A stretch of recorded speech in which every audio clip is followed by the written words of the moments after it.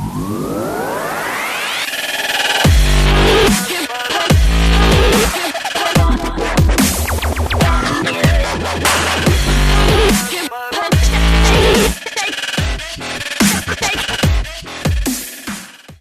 or treat, bitches, and welcome back to the Square Eyes Syndrome podcast, where each week we talk about television.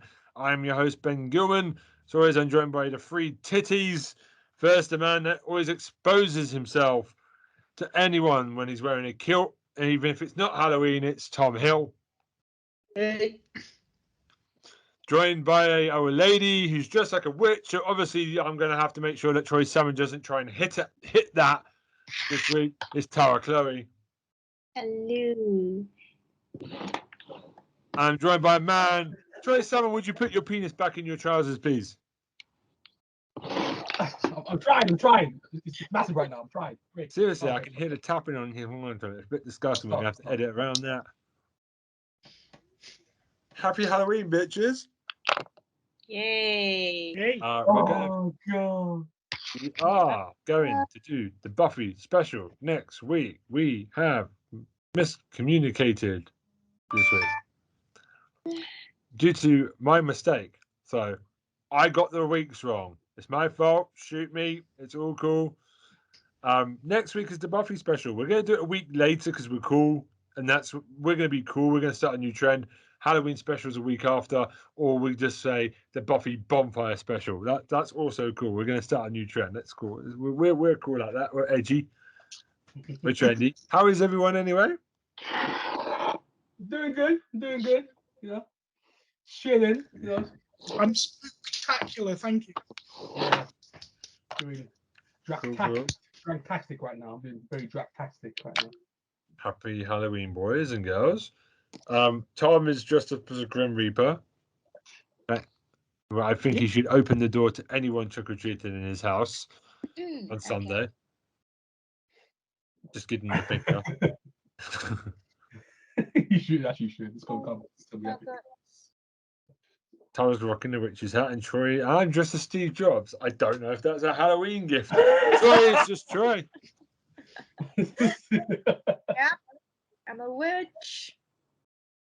I'm just a random worker at Wayland Yutani. If anyone's an Alien fan knows what that is. I'm still thinking, what should I eat? Should I be Wayland nuggets Yutani, or building better worlds. rat? Now, Troy, you were wearing a geeky t-shirt, which shows you are a Charmed fan. Sorted. Hey, I'm a worker at Wayland Yutani. Roll with it. I only have one question. Have you watched Lucifer yet? Oh, here we go. Oh my gosh, here we go. Oh my gosh. Here we go. Is that a yes or a no? For your information, this has been a running gag, literally for the longest now. Because if I could watch it by myself, I would do it. Because Tom keeps going, okay, have you seen it yet? So I'm like, I'm gonna watch it, and then I don't watch it because I'm watching it with the family as well at the same time. So I'm like, okay, I'm gonna watch it, but I'm like, but they're not here right now. They might be at work. And I can't watch it at the same time as them, but if I watch it, I don't want to spoil myself. I want to watch it in a family setting. But yeah, I'm going to see it at some point, guys. I'm going to see it at some point. Troy, I'm going to say this with all the love and respect in the world. Fuck your family. Watch the show. Oh my God! Damn. Oh, Peace and love, man. Peace and love. Peace and love. It's like the 60s, but it's not. It's not. Damn. It just broke up. Damn. Maybe Paul McCartney had told John Lennon to F his wife and just keep the Beatles together. Same thing would have happened. I think Paul McCartney probably did say that to John Lennon, which is why the Beatles went. Ooh, roasted chicken wrap with cheese fries. Oh my god, that's expensive.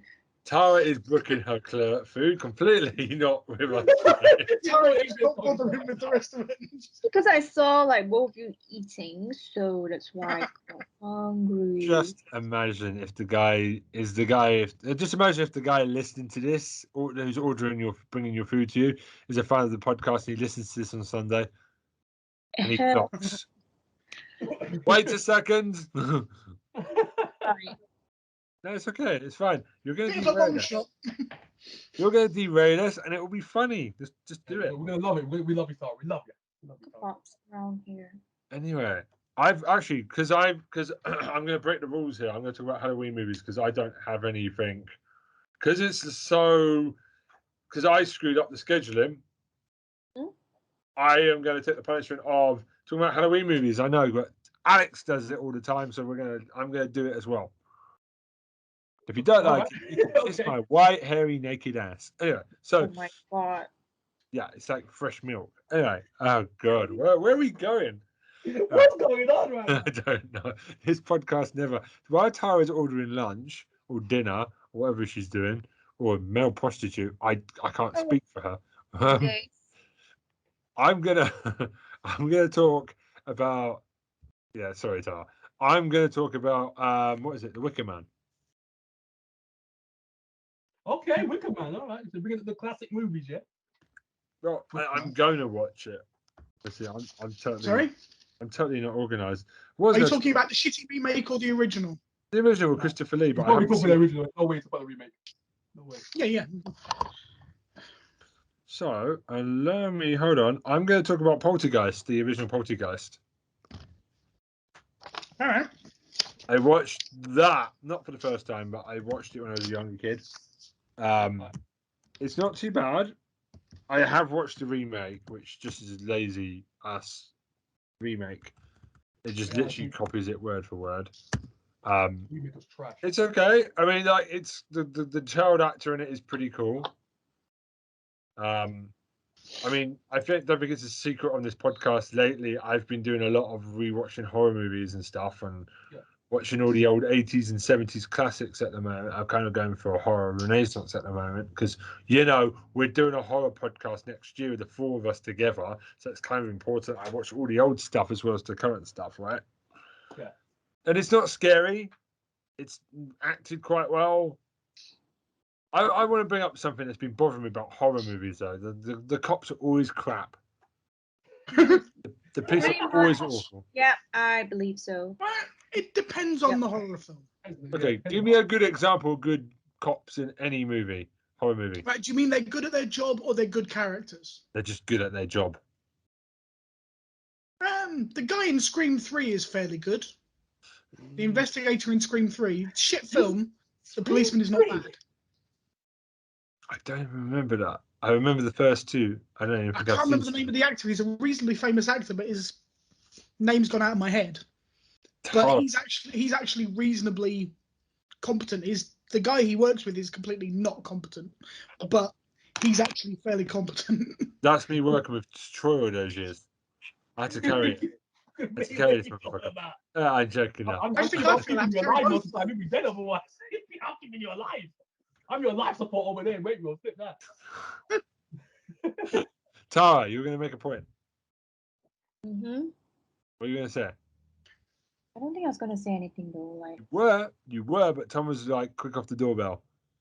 Off the buzzer. Right. No, it's okay. I forgot what I was going to say.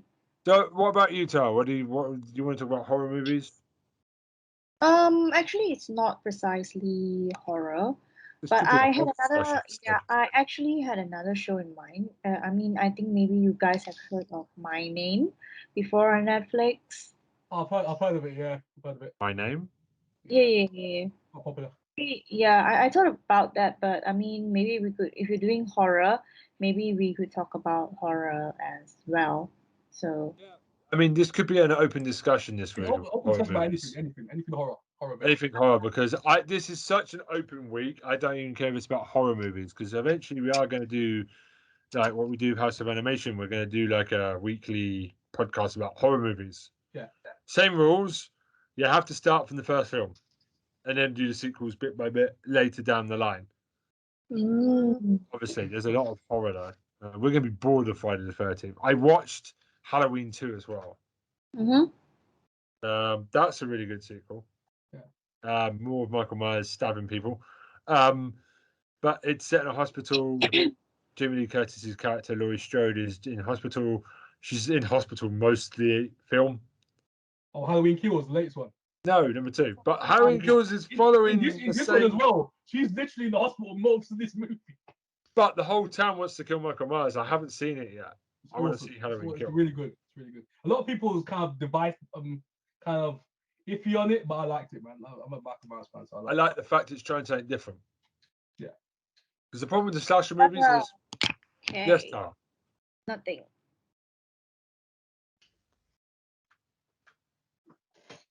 What are you doing? Oh, are you still ordering your takeaway?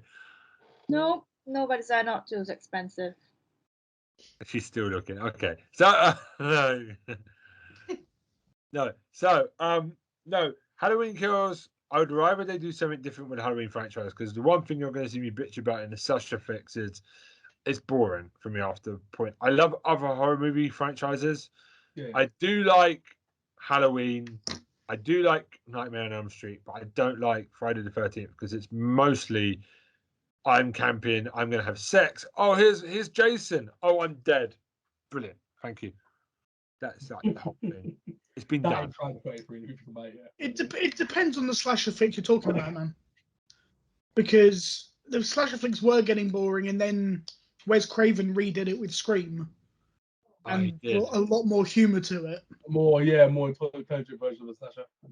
I mean, I absolutely love Scream because it's self-aware, because of the self-awareness and the meta of that. It makes it awesome. Netflix have a TV show of Scream that I haven't watched yet that I'm going to try and get around to, actually. Pretty good. I brought that up on the podcast ages ago. Yeah, do you know how many episodes we've done now? 80 odd? Yes, I can't remember that. Remind me. Yeah, no, I mean, there's no reason why you would remember it. But yeah, Scream, the TV series. The first series is really good, and it leaves it on a bit of a cliffhanger. Second season then completely screws with the cliffhanger that you thought they'd left you with, and completely subverts it. And then they did like a special as well, which was really good. But they weren't hamstrung by the original films. They went in their own direction with it, which worked well. They didn't. It's almost like a Friday the 13th because it's set at like a place where somebody died years earlier for Scream. Yeah. Is it that guy or is it somebody else? And the guy's basically using this guy's death mask that looks a bit like Ghostface. And so they kind of play with a few different horror film genres to create the TV show for Scream, but it's definitely worth a watch. Okay. Really good. Yeah. I mean, we've talked about in the past, House on Haunted Hill, Bly Manor, Mike Flanagan. I mean, I haven't shut up about Midnight Mass. There's Goosebumps we've talked about, which is laughable now. You remember? Goosebumps. Yes, Goosebumps. Oh, you know what? You know what's really good now? I still stick with Round the Twist, man. Oh, shite. Yeah, Round the Twist. That theme tune. That theme tune is awesome. That thing is just perfect. That theme tune is amazing. But you know what I'm watching right now? Lock and Key season 2. I'm watching that.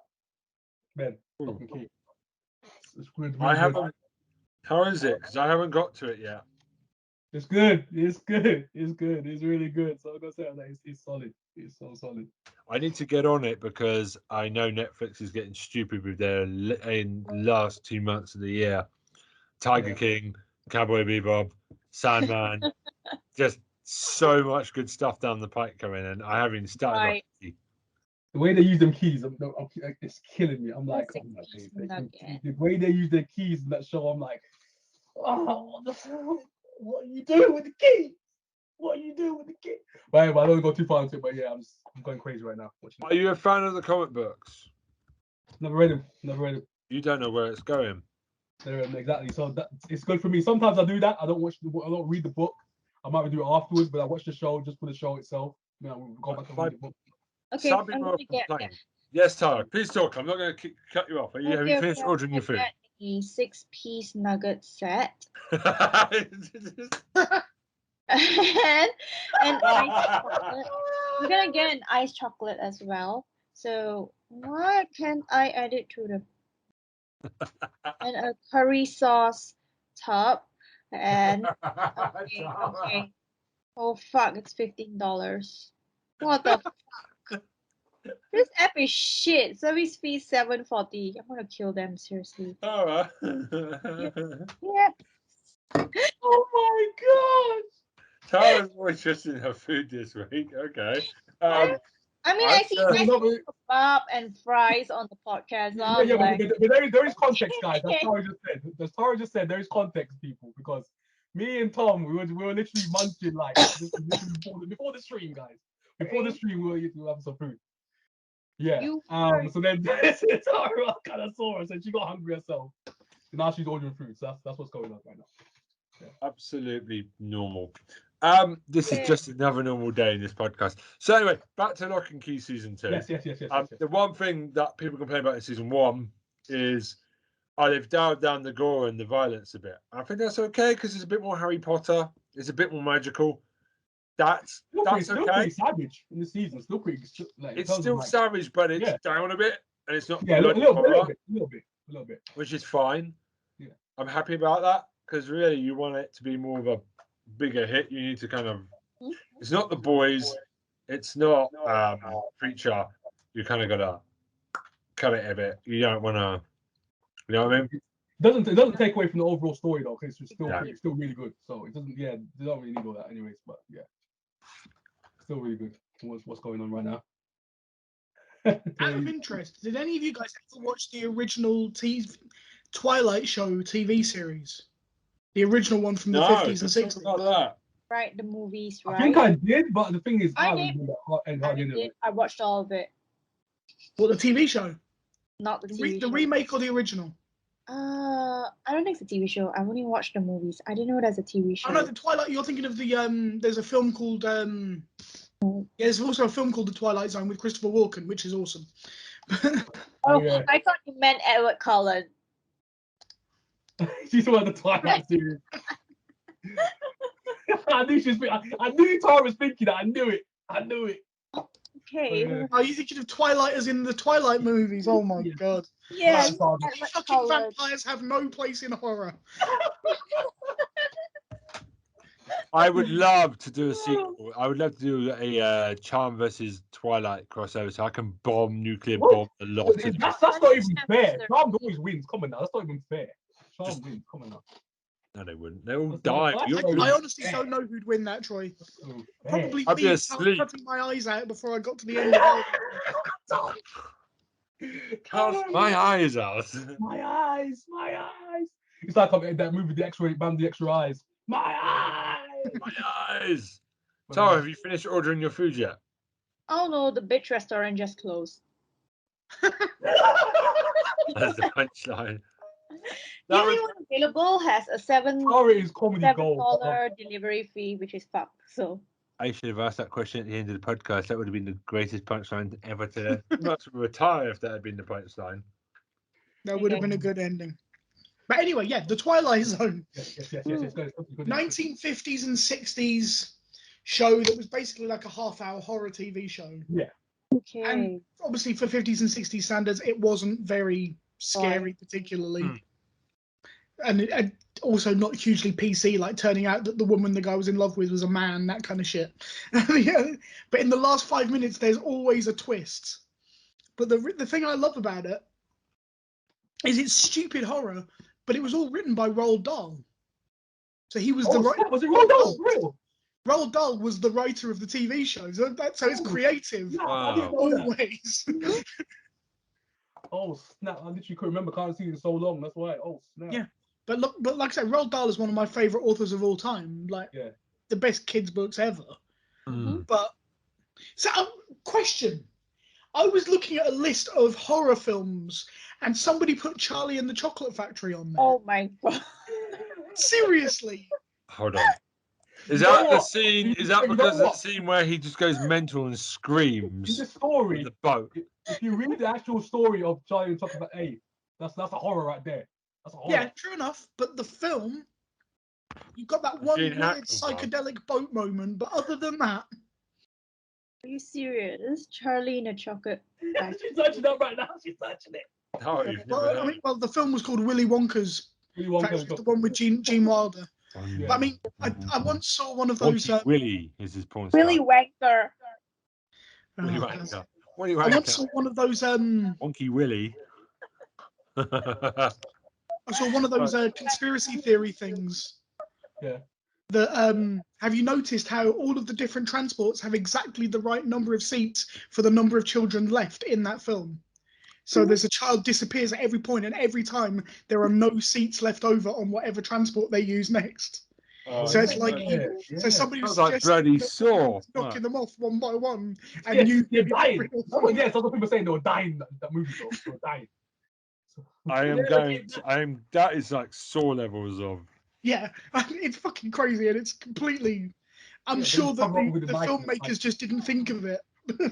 I love it. No, they were just trying to make a good movie. And by the way, the Johnny Depp version is garbage. It is closer to the book. No, it is awful. No, book-wise, it's close to the book. It's far truer to the book than Willy Wonka's Factory, because Roald Dahl hated that film. But Gene Hackman is a much better director. Gene Wilder. Gene Hackman never played Willy Wonka. Fucking hell. Gene Wilder, thank you. Gene Wilder is a much better actor than Johnny. I can only say one-note character's Depp. Yeah. Hey, don't be knocking Johnny Depp. He's awesome.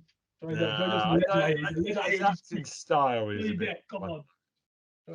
Johnny Depp is a good actor. Johnny Depp is a legend out here in the streets. I helped him find avocados in Saints Waitrose once, but it doesn't save him. Just say avocado. Oh my gosh! Are you gonna? Why don't you eat your avocado if you're hungry? It's a soft toy. Just take the pip out and take its face off and just eat it. It's like eating your own pet. If you realize that, can you imagine eating your own pet? Oh God, we need to give him a name or her a name. Yeah. Yes, no. It looks like a vagina, so we should give it a female name. Oh my God! How do you even know what genitals it has? It's got no genitals, so it's a woman. What am I doing? What? Okay. Women have genitals. Troy, quick question. Have you ever looked at an avocado and thought it looked like a vagina? No. I have no idea. Yeah, just you, Ben. What the heck? This episode's going down easy. No genitals. Yeah. It looks like he needs therapy already.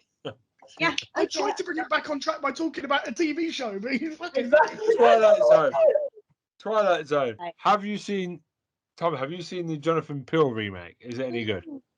I have not, because I'm not a fan of remaking shit. I saw one episode. I couldn't watch it. I was like, it wasn't my cup of tea. It's a shame because it's Jonathan Peel and he's a pretty good director. And I thought, John Peel, man, John Peel. The thing is, his stuff is good in small doses. Once he hits you with something, it's good in small. But in terms of like a TV show format, I don't know, man. I don't know. It's not that good.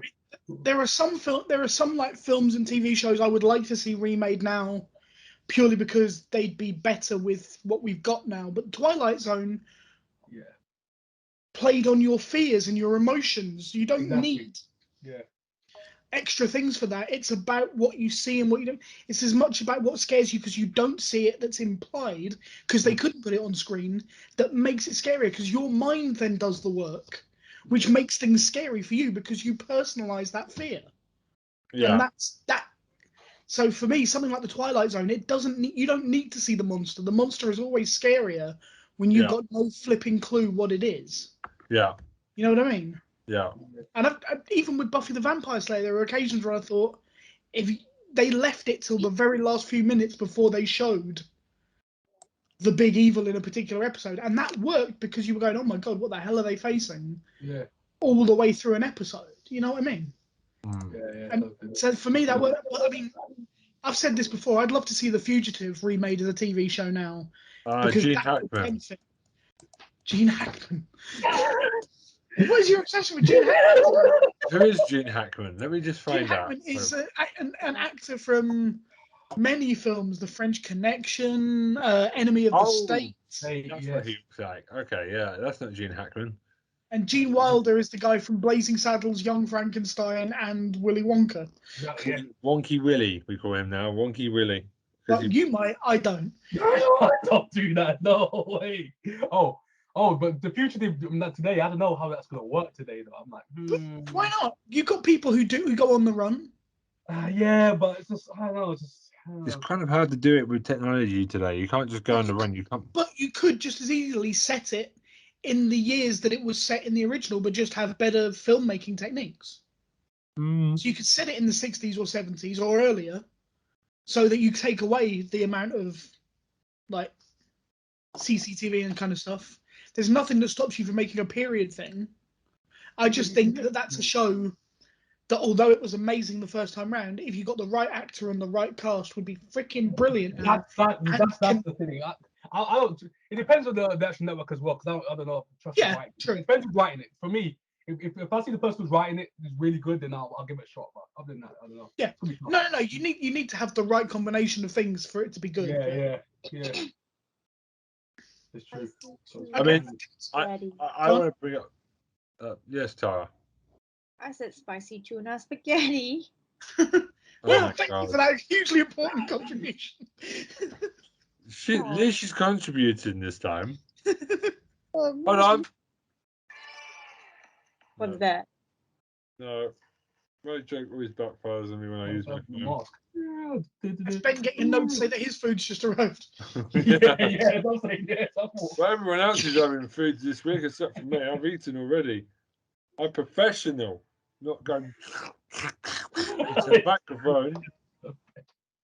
This is why Tara makes her mind up. We've got some helpful music here.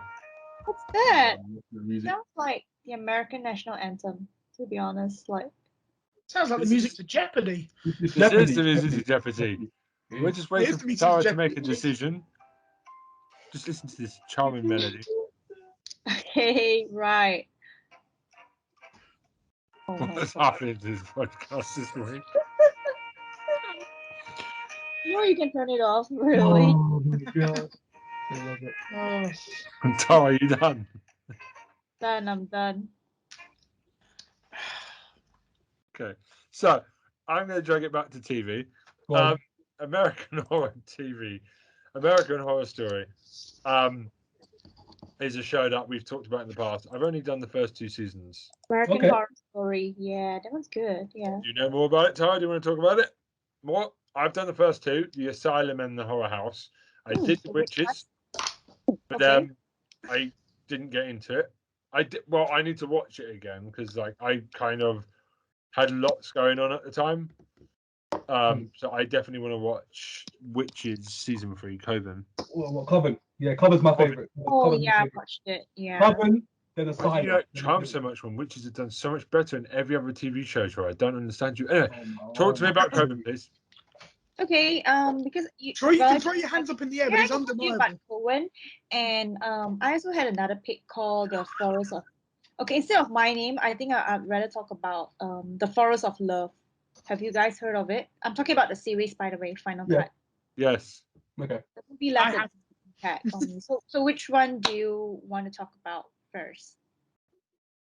It's entirely your choice, Tara. It's COVID, not COVID. COVID. The stage is all yours. You talk. You just go. Just go. Yeah. Anything to stop you talking about your lunch, please. It's not lunch. I don't know. It's 4 a.m. here. Anyway, so I'm going to talk about the Forest of Love, and we're actually going to zoom into the series. So the series is actually basically based on the original movie itself. And why do I want to talk about this one? Because it's kind of related to my real life as well. When we have a bloody con man in the picture, and this show is actually based off it's a Japanese crime thriller. And it's actually based off a bunch of serial killings in Kyushu, Japan, from the mid-90s to the early 2000s. Yeah. So there's this dude. He's a serial killer. Okay. So this movie is basically a bunch of young, troubled people, and you kind of have to watch towards the end to figure out who's the serial killer. And of course, he's the most unexpected one. So, I mean, there's going to be a lot of spoilers if I go through it. So let me just go through the story one by one in my own words. So once upon a time, there's a stupid motherfucker named Joe Murata. And he's a bloody con man.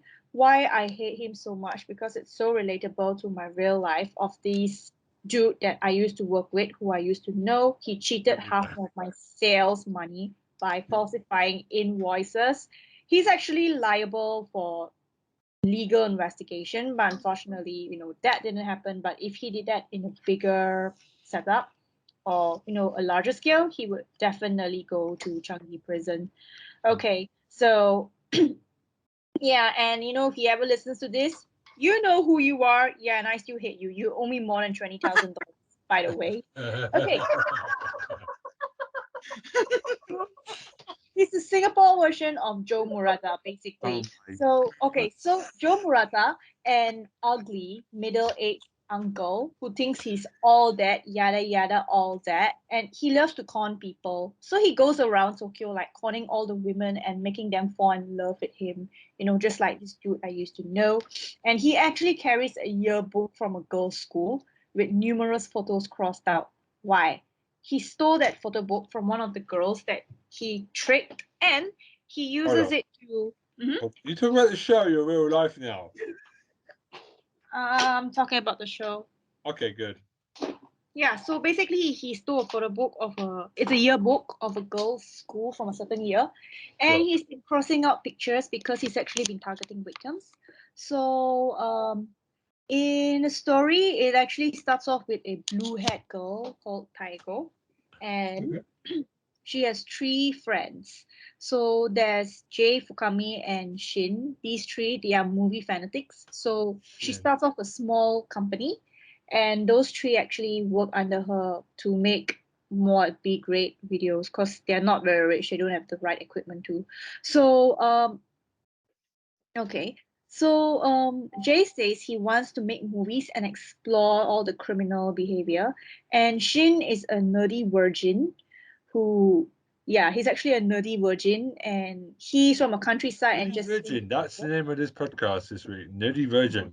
Well, I'm not really sure if he's a virgin though. So Anyone order a takeaway of a nerdy virgin? There's your title. Okay, so that girl Taiko, she's actually one of the best characters in the show, but unfortunately she's a bit promiscuous, a slut, because actually she's gay, but the love of her life died in school, so that's why she doesn't like any men. So yeah, she doesn't feel any meaning in life. That's how she becomes a slut. So she's promiscuous. So Jay takes Shin to meet her to lose his virginity, but she refuses and introduces her to her high school classmate Mitsuko, who's also a very a nerdy girl and a shut-in. She has really strict and controlling parents. So actually Mitsuko claims she's a virgin, but later on the show she's actually not, and she isn't interested in Shin. So they actually go to her house to visit her, and then so actually when Mitsuko and Taiko were in school, they worked on a play for Romeo and Juliet, which they actually felt for the same girl, Eiko, who was playing Romeo. It was an all-girls school. So the girl who played Romeo actually died in a car accident. And that's when some of the other girls decided to jump off the building out of, I don't know, stupidity. But 2 of them actually survived, which was Taiko and Mitsuko. And yeah, 2 of them actually survived. So in the present day, Mitsuko actually receives a call from the con man Murata, who was like, yo, you lent me 50 fucking yen years ago, and I want to return it to you. How romantic. Dude, do you ever remember who you lent 50 fucking yen like years ago? Okay, how much is 50 yen in British pounds? I don't know, but this sounds more like your life than a TV show review. Okay, so this is really personal. It kind of does. Not really. Okay, so I presume it's like 50 cents here. Okay, so maybe like 25 pence. Yeah, like what the fuck. Okay, so the conman actually claims he's successful and wants to return the money. So he asks Mitsuko, the nerdy girl, to meet him at a park. So where conman Murata arrives in a sports car and expresses his attraction to her, and he tries to woo her with nonsense. So Shin, Jay, and Fukami were actually randomly recording everything on the streets. So they actually crash Taiko's house and say, yo, we need to use your TV. We want to play our video. So the 4 of them actually watch it together. And then Taiko says hey, I know that con man. Yeah, please listen closely. So years ago, actually, that con man wanted to marry Taiko's sister. And so that con man actually slept with her entire family. And so the 3 guys said, okay, because at the same time, there were a bunch of serial killings actually going on in the woods nearby. So bear in mind, the location in this film is changed to Tokyo, not Kyushu.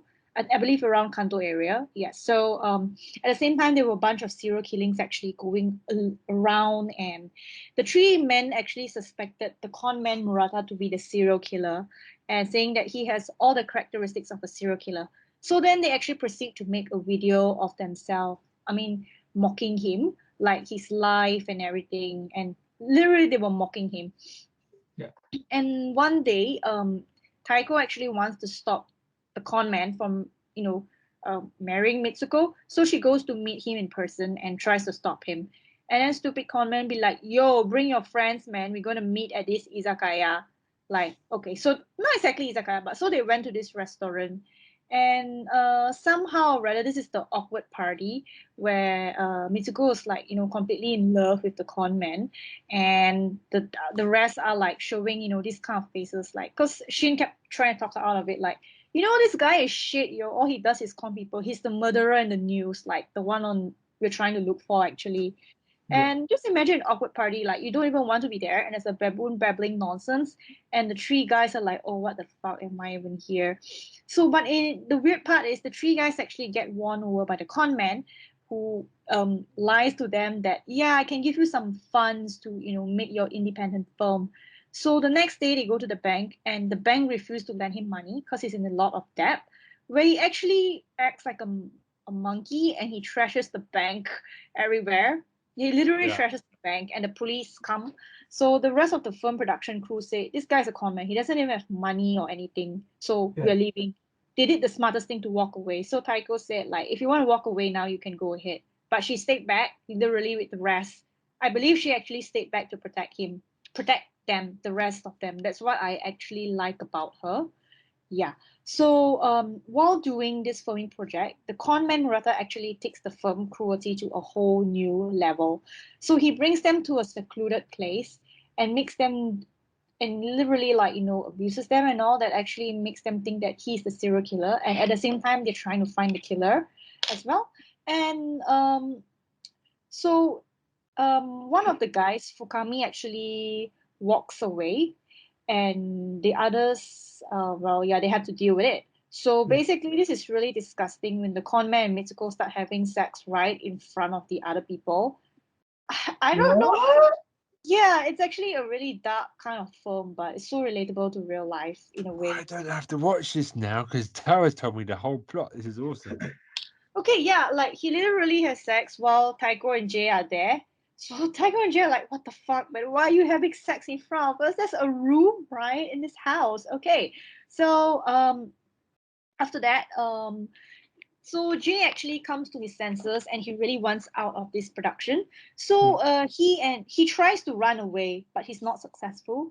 The Murata catches him, and Jay is like, I'm sorry, I need to use the loo. So he drags Shin to the loo, where he has a one-on-one talk with him and says, Shin, this is too far. I thought you were like a nerdy virgin, and you're a good boy. Why do you agree with everything the con man says? And Shin was like, it's actually fun. And Jay is like, doing illegal things in a movie, for a movie, it's okay, but doing it in real life is not fun, which is what the guy is doing.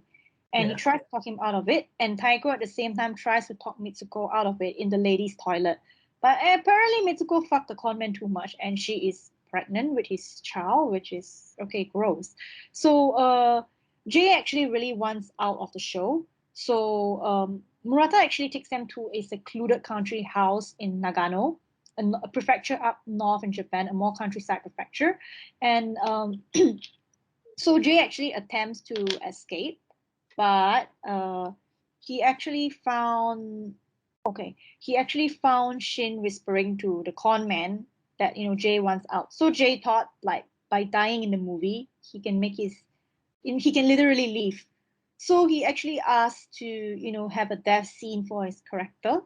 So how they record the movie is stupidly cheap. They have stupid video camera just to record. And it's literally like the Blair Witch Project, or even worse. Yeah. So Jay asks request for a death scene, but he doesn't know that the con man instructs Mitsuko and Shin to kill him, literally kill him. So he actually dies for real. And then the con man was like telling them how to like disassemble the body. He's like, yeah, cut the body up, take the bones, like grind it, stick it in miso paste, and yeah, So the next scenes are actually pretty gory, where they literally chop up the entire guy, his bones, they grind it and everything, and yeah, they put it in miso paste and they try to. It's just really disgusting. The next scenes, and you can see that Taiko is clearly really upset because her friends were dragged into this. So she and Shin actually go out to the lake on a boat to dispose the rest of the body into the lake. And while Shin isn't watching, Taiko jumps into the lake and she actually swims to the shore to try to escape. But she couldn't get far because she is actually crippled due to that incident where she survived jumping off the building, but one of her legs was twisted, so she can't walk or run properly. She was a cripple, so she couldn't really get up and escape in time, but she actually gets shot by the killer in the woods. So Shin actually returns to Mitsuko and conman Murata and be like, yo, Taiko tried to escape, but I already warned her, but I believe she's dead. I heard a gunshot in the woods. So yeah, she can't go to the police or anything, which I believe she wanted to actually, because she couldn't take it anymore. So okay, so stupid conman Murata's like, oh yo, but this show must actually go on, yo. So they go to Mitsuko's home where conman Murata uses Mitsuko's involvement in Jay's death to blackmail her parents, because her dad was abusive and her mother is a bloody narcissist. So he tells them to act in their movie. He blackmails them somehow. And the next scenes are extremely stupid. Like just imagine a traditional Japanese house with the low table and the paper doors and everything, with two middle-aged people dressed in punk outfits and shouting in Japan English, yo, I am bitch, I am too young to die. It was okay, it was fucking funny, okay, I laughed nonstop. Like, okay. So and her sister's name is Ami, who also falls in love with the con man and enjoys torturing her parents as well. So one day, okay, this is gross, but I don't know how they, the con man has sex with all the girls in the open in public. So so the next day Shin decided in the movie tomorrow will be Mitsuko's death scene. So Mitsuko and her sister Ami goes shopping for a dress, where Mitsuko actually tries to escape. Literally, when the train stops at the station, she actually runs for it and gets into a taxi. And she bloody fucking forgets to lock the door. I don't understand how. And the sister just opens the door and drags her out. She's taken back to the house and beaten with electronic rods. The injuries were so bad she has a miscarriage and is hospitalized. And the doctor at the hospital actually questions, like, I see signs of abuse and all. This is not normal. You say she fell or something, but it looks like someone inflicted the damage and everything on her. And Murata and Ami, the con man and Ami, her sister, try to like deflect. I think it was Shin, who tried to deflect the reasons and all. But the doctor stupidly believed it. But if this were the real world, they would have done a thorough investigation. Because the medical forensics are not wrong. I mean, those were back in the 90s, so they couldn't tell. But right now they can. Right. So, okay. So actually, okay. And someone actually comes to the house, and I don't know what happened. And they find that Mitsuko's parents are actually dead. They killed themselves. I don't know how. And the father and the mom hung themselves. Oh no, the dad hung himself and the mom was stabbed. And so Ami actually returns home to find that the con man and Shin have dismembered someone else in the house, and she decapitates her father and discovers her mother is still alive, but she kills her mother. Okay, so the con man, Shin and Ami take Mitsuko to a forest where she agrees to be killed. She explains that and this is the plot twist, the entire plot twist of the story. So when they go to the forest, before Mitsuko dies, she actually takes out a letter and says she wants to read her final confession. So she actually did. Yeah, she actually did. So she actually explained her life story. She said to conman Murata, I know you were a conman the minute that you picked up the phone and tried to talk to me, but I actually used you to kill my entire family because I hated them, and kill Taiko because I've always hated her. She stole the love of my life in high school. And she also admitted that she's not a virgin and has been actually sleeping around like everyone thought she has to. And at the end, she actually said, okay, can you guess who's the serial killer among everyone? I don't know. Yep, it's the nerdy virgin guy. I knew where you go with that, Tara. I knew it. Yes, yeah. She said to Shin, I knew you were a killer. I just used you actually to kill my sister, my parents, and Taiko. I knew it, everything. Yeah. So it turns out that Shin really is the killer. He pretended to be an innocent, nerdy virgin so that, he enjoyed killing. Actually, he's a psychopath. So, yeah, this is the plot twist. So he actually gets crazy in the end and he admits, I'm the killer in the news, the serial killer that everyone has been looking for. And I do this for fun. I just do it for what I like for fun. And he actually shoots Ami and Mitsuko. And then God, is this film still going on? It's almost done. So Jesus. sorry. The conman Murata somehow escapes and he runs out of the woods. And he actually escapes and he flags down a car. And there's another girl in the car. And he actually gets into the car. And he asks her, where is she heading? And she says, hell. So I believe he could be a Grim Reaper or something that takes him away because honestly, that guy deserves to die. So, okay, then the movie actually ends when there's a car that's, broken down in the woods and Shin is there, the serial killer. So he actually gets into the woman's car and they leave. So, yeah, that's the end of the story. So, in real life, actually, the murderer was actually caught in 2002 and sentenced to life in imprisonment. Yeah, so the real killer's name is actually Futoshi Matsunaga. Yes, I still do believe he's in his prison sentence. So, oh God, he's 60. Yeah, so yeah, that's actually the end of the show. Okay. Yeah, but but the real story is actually different from the rest because I believe I've actually went through this story before of Futoshi Matsunaga and his accomplice. He had two accomplices, so the real story is slightly different, but I can see the similarities in the con man, the bullshit, and everything. So we're not gonna go into that. It's another long story. Yep. And he kills an entire family as well, one of the ladies' family, just like the movie. And yeah, so it's a really dark show and all, but I definitely recommend this show because it's so impactful. Somehow some things are so relatable to real life. Okay, that's the end. Very Halloween-y. Okay. Yeah. But I don't have to watch it now because you described the whole show. I wrote a lot about it on the content creation site, so it's a lot. It's just really deep, just pretty much a lot to write about it. Well, thank you for giving us the title. So I've now called this episode, Can I Order a Takeaway of Nerdy Version to Go, please? Congratulations. We're not beating that for this week's episode. Can't beat that now. That's it. That's gonna be the title now. So yeah, I just wanted to that was epic because all I asked you was how was American Horror Story COVID? I mean, it's great that you spoke to me about that, but I really, really would like your review. I love the way Tara just took it away. Tara was just like, nah, we talk about this, mate. Tara's derailed. This entire episode is up in the air today, so interesting. Tara, about Coven, American Horror Story Season 3. Mm-hmm. What do you think of it? Coven. I liked it very much. You know what? One of the main reasons was because it's actually set in New Orleans. That's one of my most favorite places. Yeah, New Orleans is a great show.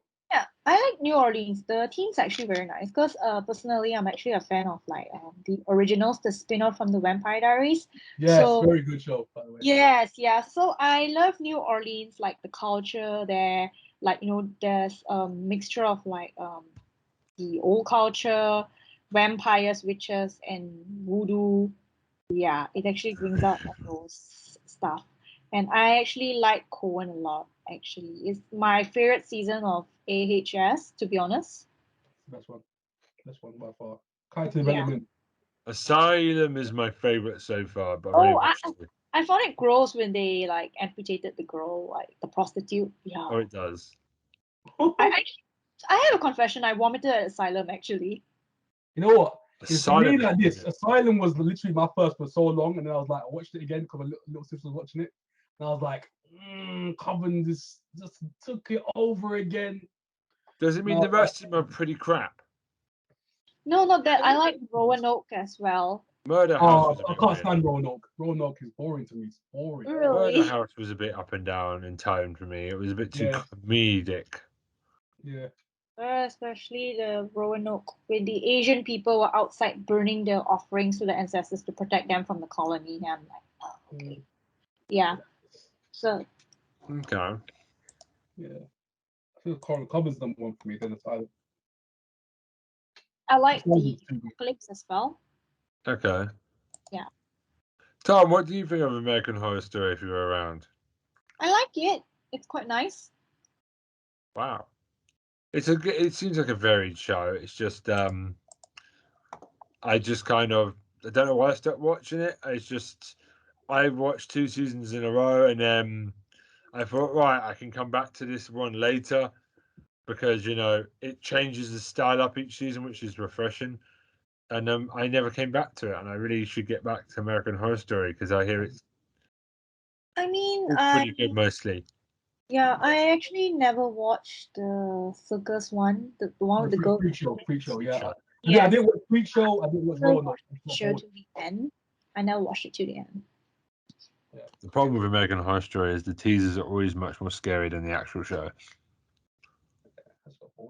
I might go back and watch them because I'm doing a rerun, but couldn't finish them. Couldn't finish them Freak Show and Roanoke. Couldn't finish them. That's not a good time. Yeah, I couldn't do it. Then again, you're a Charm fan, so I have to take everything you say. Oh, no, don't do that. Don't do that, man. Come on, man. Tom, are you around, sir? Disrespect. Yeah. What do you think of American Horror Story, sir? I watched the first season. I haven't watched the rest of it. Yeah. Yeah, Thomas is like, nah, I'm out. Thomas out. Nothing wrong with it. It didn't. There were other shows on at the time, and so I'll get around to watching the rest of them at some point. But it just wasn't high on my list of things to watch. Okay. I mean, I can bring up Marianne again from Netflix, which I rewatched last week. You may remember it's the French one with the woman that goes back to her hometown. Yeah. And it ends really weirdly with a cliffhanger which never got resolved into season 2. Very weird, very French, very creepy. It's about an alcoholic author who talks about her past, and it comes into real life again. And it's really good, really deep, quite French, difficult to watch sometimes. But the main character is just a crazy bitch, and that's why it's brilliant. She's not an easy, likable character. They're my favorite type of characters because they're unpredictable. Go watch that. Or 3, you might be annoyed at the fact that there's obviously a season 2 that never came. But that's kind of creepy. Unlike American Horror Story, it actually is a creepy show, and I have said it before that it deserves a second season, which it won't get. Yeah, in the same vein of American Horror Story, is another good show. I don't know if you guys have seen it. It's called Channel Zero. Shadow Zero. Channel Zero. Nah. It's like anthology type. It's really good. Really good show. What's it about? I haven't seen it. That's what I'm saying. It literally varies. You've got one of the seasons was about the Tooth Fairy, like their own version of the Tooth Fairy, where this literally this small being is literally covered in tooth. Literally just kid. I was like, it's lit. That's my favorite season, but a lot of different stories in there. A lot of different stories. It's literally. So it's almost like a Twilight Zone type of thing going on with that show as well, which is really good. You like it. If you're into Twilight Zone, Outer Limits, that kind of thing, you like it. Channel Zero. Tom, what do you want to talk about? Okay. Well, about American Horror Story? Anything. Any show. Sabrina? I thought we already covered Sabrina the other day. Okay. Well, we got Ju-On Origins, which I will remind you is a okay TV spin-off of Ju-On, the film. Oh yeah, you told me about that. I still haven't seen it yet. It wasn't great. It was a bit convoluted. Didn't really explain what the Juon bit was. And if, like I said, if you're expecting the original two ghosts, they don't turn up. It's just the grudge, what keeps people tethered to this planet when they die. Pretty good. I might go rewatch it now. I think if I watch it, I'll be a bit more happier. Yeah. Because, my expectations were the boy and woman, and they didn't turn up. I think if I go back and rewatch it and reevaluate it, I'll be actually quite impressed by it. Yeah. Ju-on Origins. Didn't get a second season, couldn't have done really well. Tom, would you like to talk about anything? No, man, I already spoke about Twilight Zone. Yeah, he did the Twilight Zone thing. He did his Twilight Zone. What about you, Troy? Troy? Well, I kind of talked about Locke and Key. That was kind of my thing, really. The Purge. There's the Purge. The Purge, or the TV show. You talking about the TV show? Yeah, you spoken about this before, Troy. Yeah, we spoke about Purge before. Yeah, so TV show kind of got stopped, cancelled, and I was like, it's just getting good, man. I kind of like the TV show a bit. I know a lot of people didn't like it, the TV show, but I liked it, man. It was a good show. Different sides of the Purge, different places in the world, and about the Purge and the TV show. The latest movie, I don't know if you guys seen the latest Purge movie. Have you seen the latest one? I think I'm a bit bored of the Purge now. Yeah, I think it's supposed to be called the Forever Purge or something like that. That's what they call the latest one. I wish it would be the Forever Purge and that they would stop making them. It was kind of like SJW. A lot of crap was in there, and I was like, I like the Purge. I don't know why. Yeah, I've always been a fan of the Purge. I love the concept. I just love the whole concept of the Purge. But after a while, just this latest one was really good. The way they've shot it, cinematography was solid. But the actual plot was just like, plot-wise. Because they actually try to cross the border, because apparently the Purge is all time now. Literally, there's no limits now in the latest one. At some point, they kind of break the limits of the Purge, and everyone's literally killing each other in America, and they're all trying to cross the border to Mexico, because Mexico. That sounds really stupid.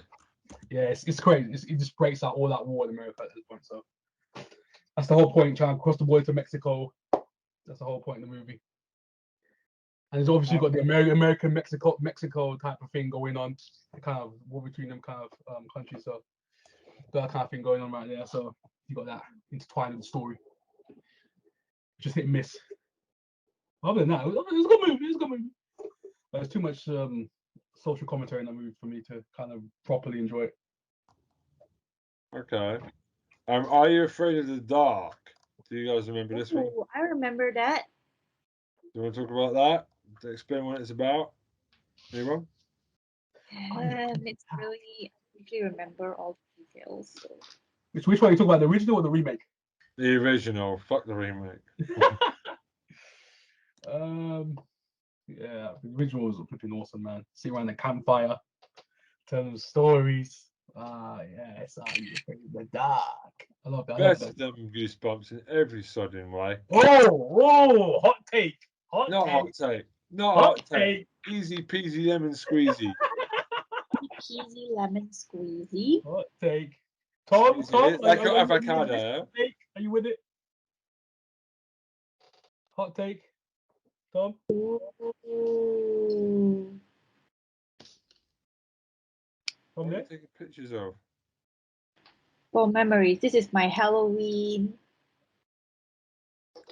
Tom's not taking pictures of herself. Okay. No, I'm thinking of this podcast. Tom there. You still with us, Tom? This is my Halloween celebration. I was saying because Ben was talking about Goosebumps and Are You Afraid of the Dark. So yeah, what's your take? Yeah, I enjoyed Goosebumps. I'm over Goosebumps. I loved Are You Afraid of the Dark, especially coming home as a kid. But Goosebumps was my jam. Goosebumps is mine. But like, I'd still stand by Rand the Twist beats all of them to shit. there was one show about the horror camp. I can't his mind.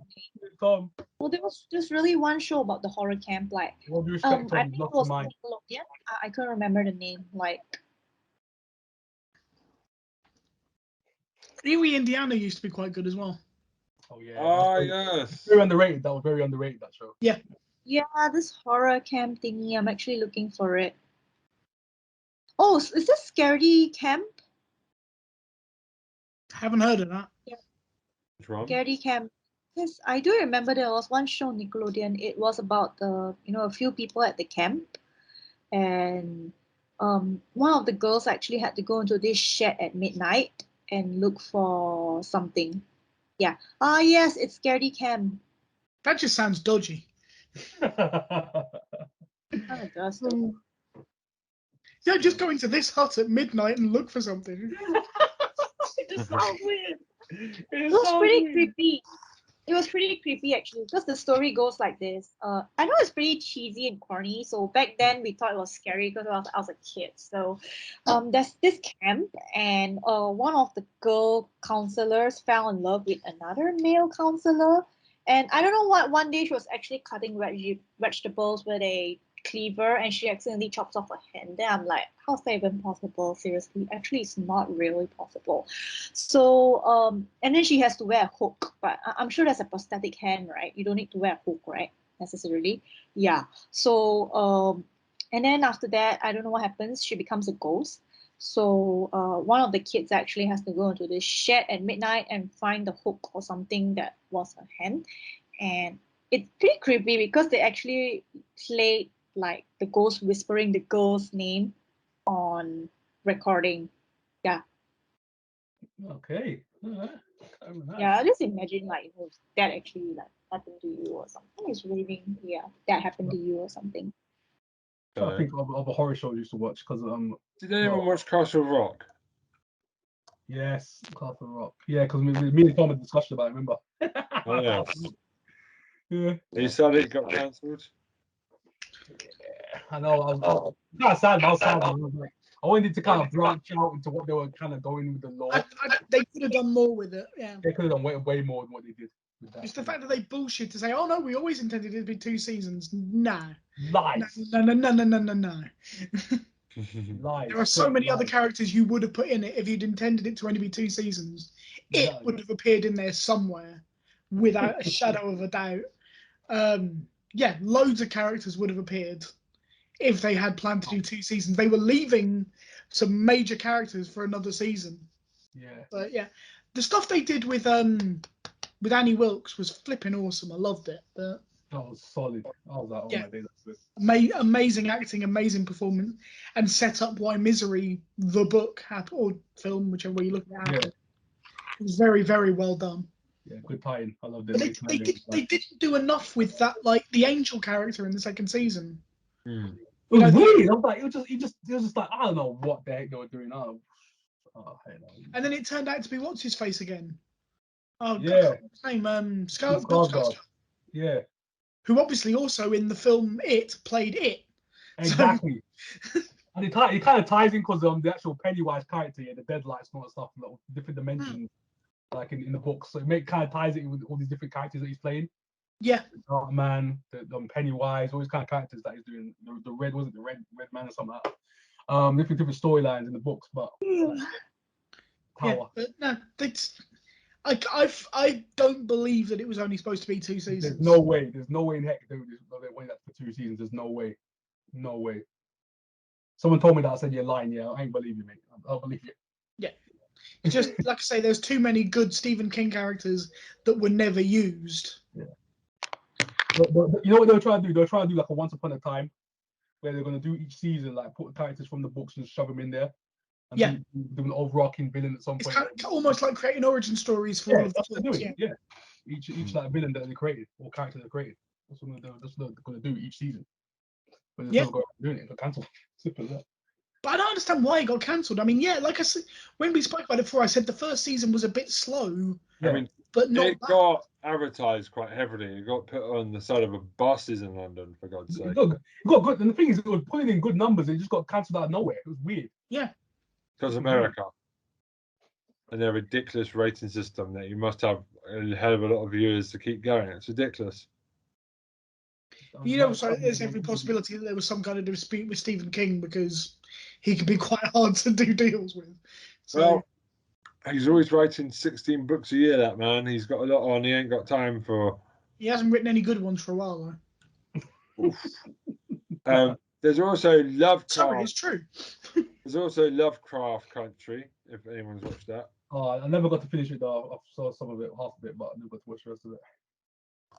It doesn't sound good if you just dropped it. I just dropped it. I can't remember when I was even watching it at the time. I just dropped it because I was fed out of it. It's too much for me, man. At times, I was like, what do you do? But it's a good show for what they're setting up, but at the same time, just the Lovecraft side of it I didn't click with me. It didn't click. I was watching it, but I was just like, nah. Couldn't finish it. I'll go back at some point, but right now, I've got too many good shows to watch right now, to be honest. Okay. What do you think of Lovecraft Country? What do you think of it? I watched a bit of it. Yeah. But I kind of... Unlike Castle Rock, it didn't keep me around for long. Castle Rock managed to keep me interested, because I'm a Stephen King freak. Yeah, same here. That Stephen King's movies are all pretty good, most of them. Like, Pet Sematary is most probably one of my favorite horror movies of all time. The remake and the never original. a fan of Pet Sematary. I like how creepy it is. Pet Sematary, yeah, I remember.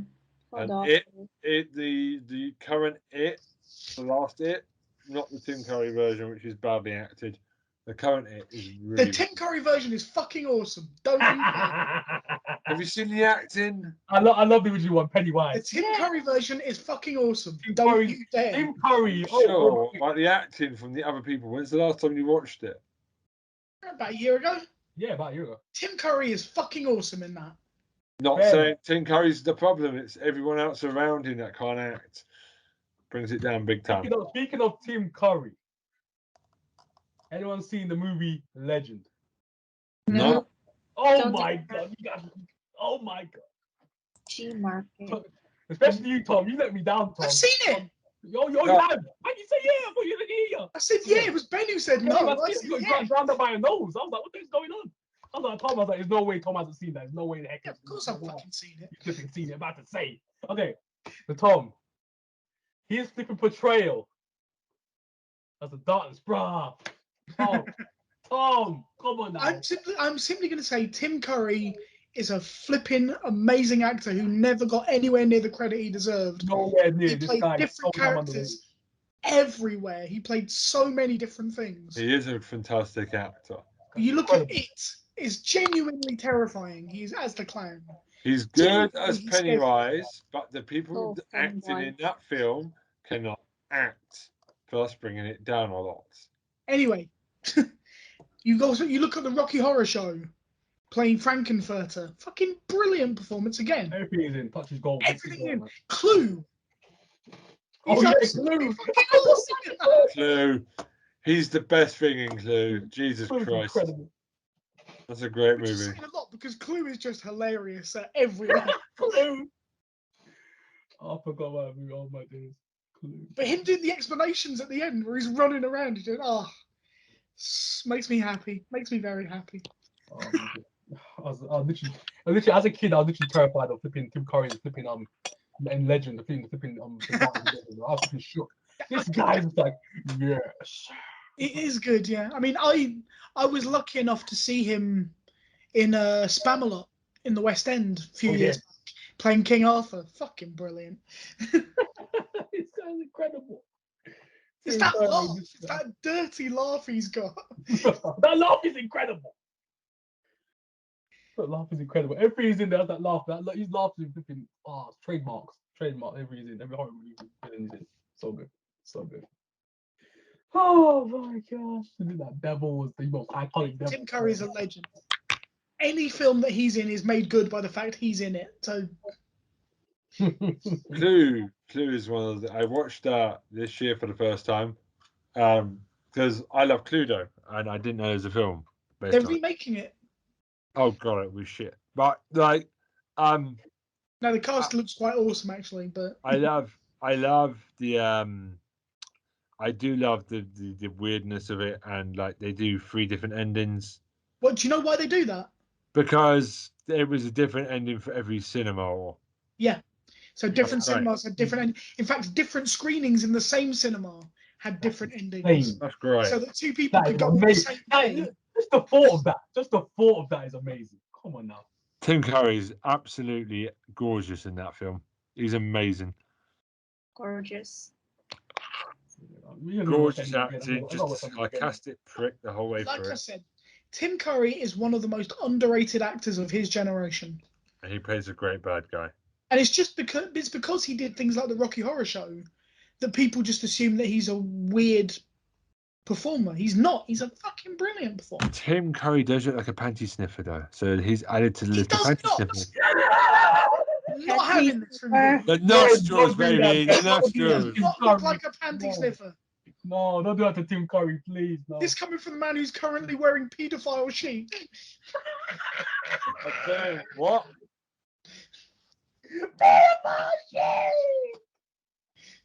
Good Lord.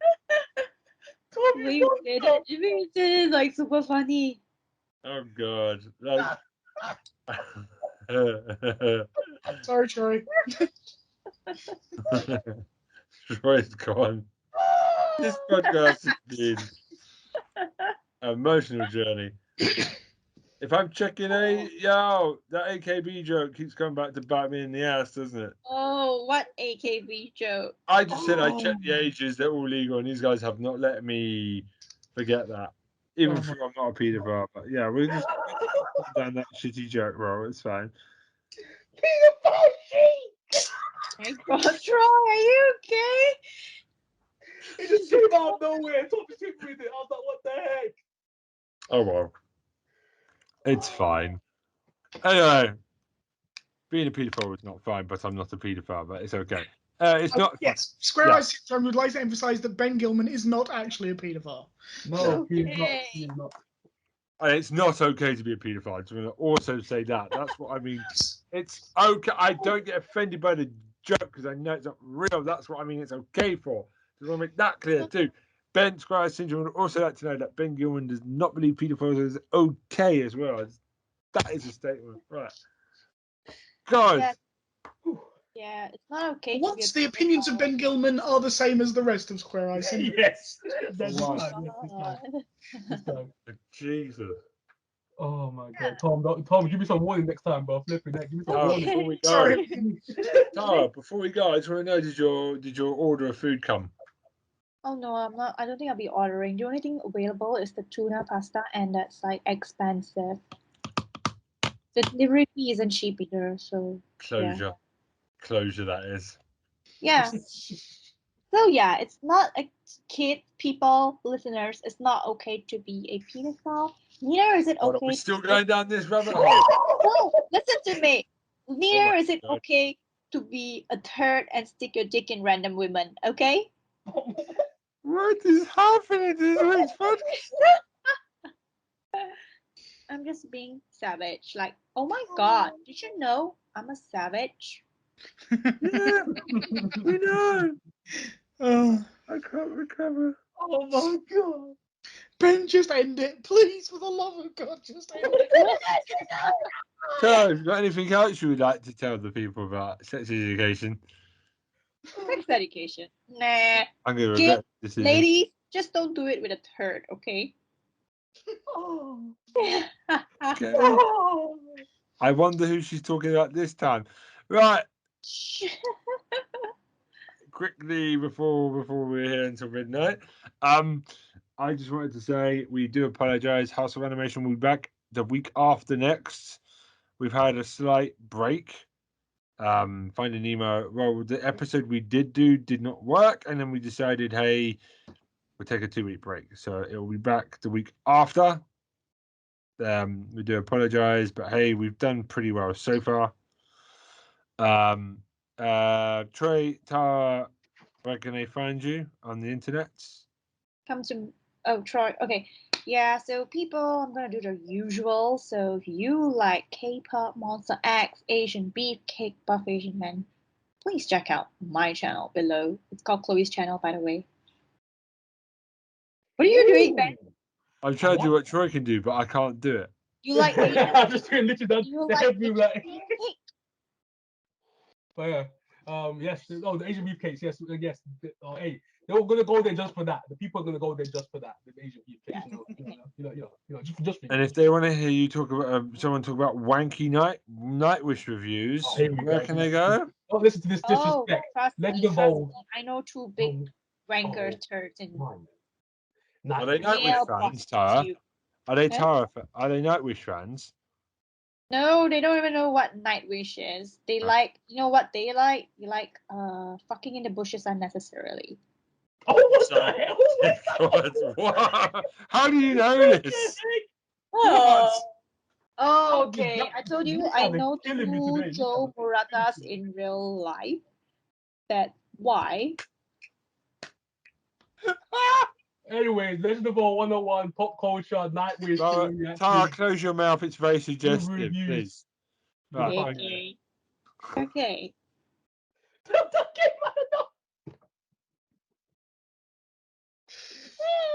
right, Troy.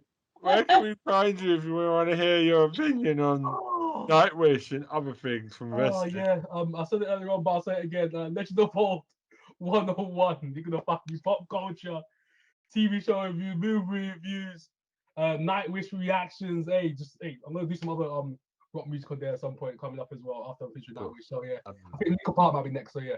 Oh, hold on. I've activated a joke. Hold on a minute. A bunch of bands that Troy can talk about that is better than Nightwish. All of them. 36 Crazy Fists. All That Remains. Armin Ardeth. Iron Maiden. Arch Enemy. Metallica.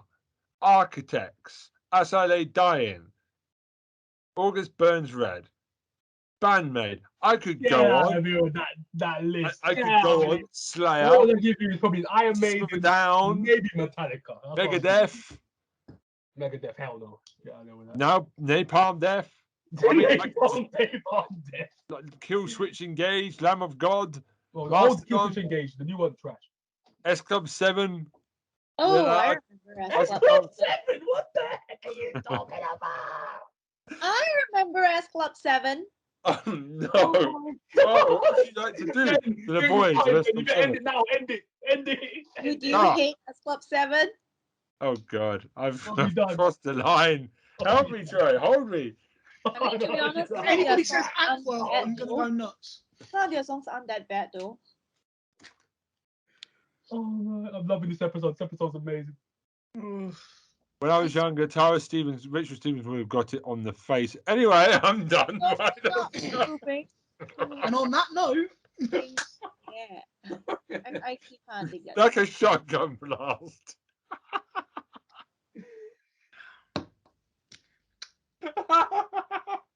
Anyway. The opinions of Ben Gilman are not necessarily the opinions of Square Eyes Syndrome. Jo would have had to put a bag on her face though. She's too much chav. Anyway, right, we gotta go. You've been laughing non-stop. Square Eyes Syndrome podcast at gmail.com for any emails that you want to send us our way. And with that, it's goodbye from me. Bye from me. Bye for me. Troy? That is the most memorable episode of Square Eyes Syndrome we've ever had. We're not topping it. Next week's Buffy. Now, when I think of a steak, I think of a penis. Great. Thanks, Tara. All right. I have a question. What was I have it? a question. I have a question. Okay. You know, I have a question because question? we've stopped recording now after that most random episode. I've got a question for Troy. Troy, did you think Talia kind of hot in a witch costume? We didn't ask this on the podcast. Would you get that? You see my hat? Let's go to that witch house. I like it. Standing. No, I like it, Ben. Stop teasing me, Ben. You know He's had to keep putting cold water in his trousers. I know. Listen, I got some cold water right here. He's putting it between his legs to keep it down.